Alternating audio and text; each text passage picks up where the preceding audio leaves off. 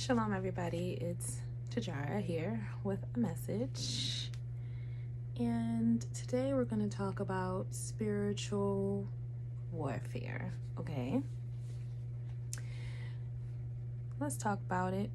That's important to know is before you get into this world, right? This 3D dimensional world, everything's preordained, okay? Everything's written out for you.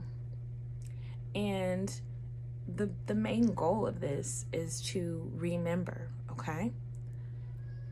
And you may say, what do I mean by remember? You were fully equipped with everything that you needed to complete your mission here on Earth. You were given every test, trial, or training in the spirit realm before you got here to assure that you are able to complete the assignment. Once you come into this physical world, you get wiped kind of clean, okay? And they kind of show you that in Men in Black, where they flash the light and the person forgets. But it is up to you to remember, okay? And it's not a hard thing to do if you stay grounded in the very thing or source that put you here in the first place, and that is God, okay? And one of the most monotonous, I'd say, devices of the devil is to have people trying to figure out exactly who God is, what God is, right? And I don't want to sound cheesy, but God is within you, okay? It's just the truth, okay? He's within you. So you have to stay grounded to self and to source. And one of the main ways by doing that, it's the biblioteca. But no, it's the Bible, okay? It's going to give you step-by-step instructions on how to stay grounded here through the spiritual warfare. Like the enemy is going to have outsiders, insiders, all type of people rallying up against you, trying to take you out of your purpose and your mission. And a lot of it is really not personal to you. It's just that these people have lost their way, and seeing you be grounded and seeing you continue to move forward, it triggers them and they begin to crash out, okay?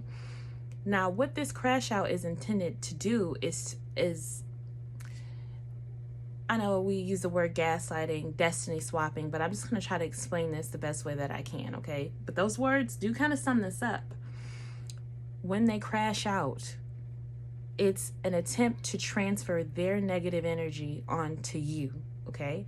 A lot of us chosen ones, we go through the fire, in and out.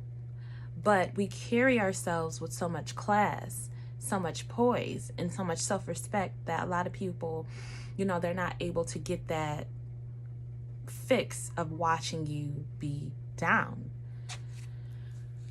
So hindsight, what happens is they crash out, and they want you to crash out as well, so that, because let's face it, they're miserable on their own.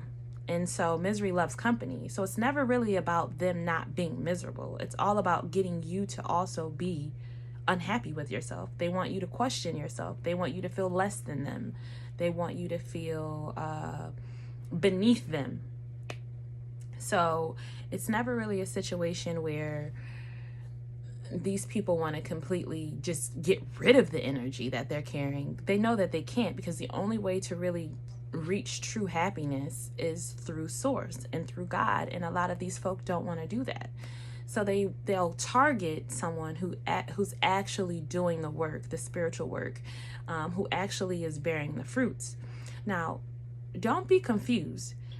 A lot of times when these people insult the chosen ones, or they have anything to say about you, it's things that you don't have control over, right? So they may say, oh, you're broke, or you're homeless, or you don't have this, or you don't have that. But we all know, chosen one, that the only reason that you wouldn't have these things is if you were under a spiritual attack. They've seen us flourishing with no resources, right?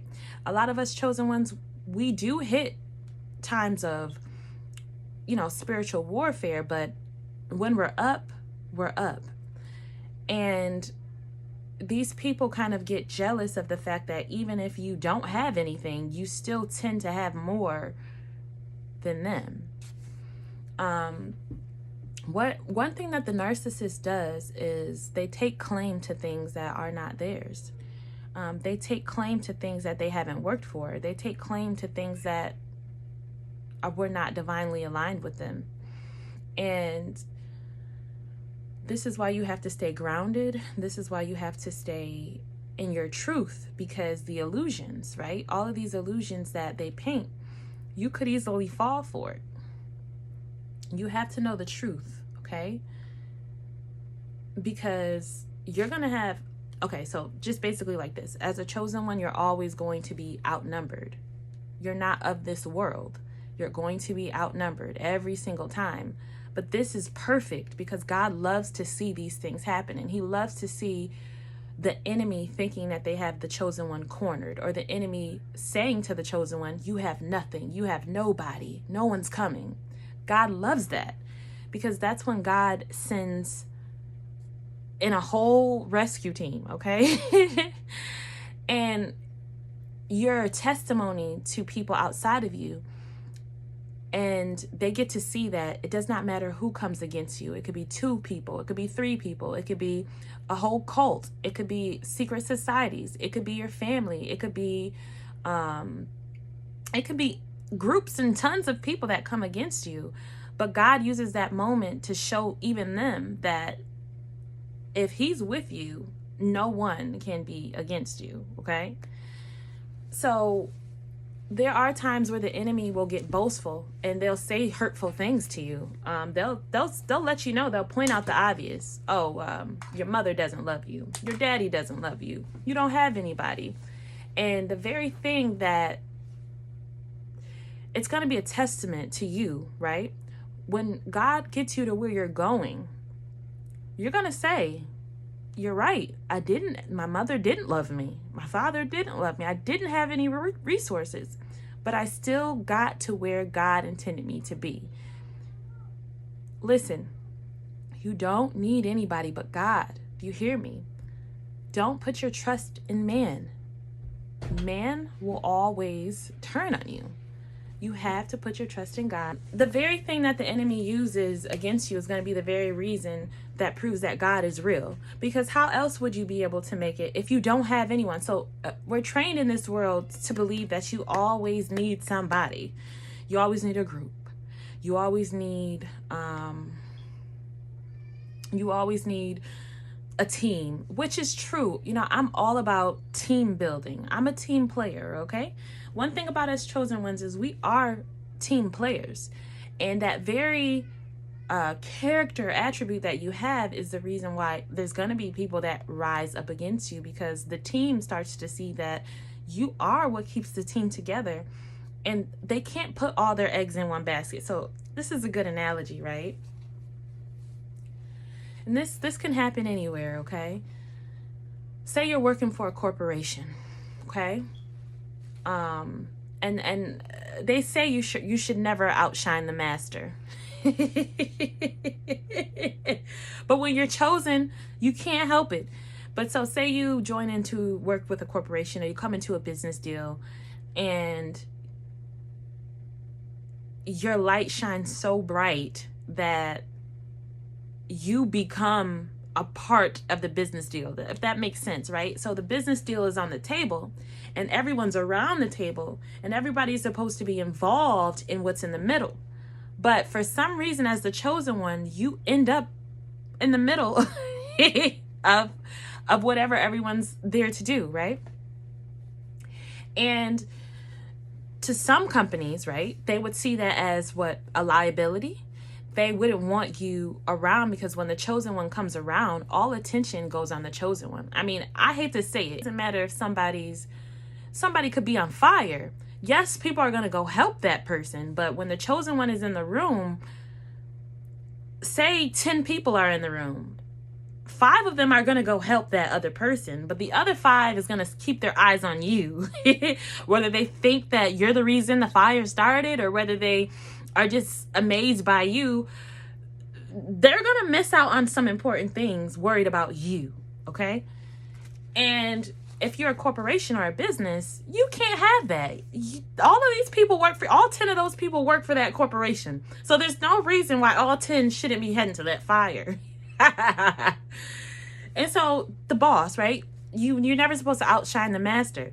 So now the corporation itself is saying, this person's a great person, this person's a team player, but she's grabbing too much attention from the workers or the people that we've contracted or the people that's supposed to be at our hand and foot.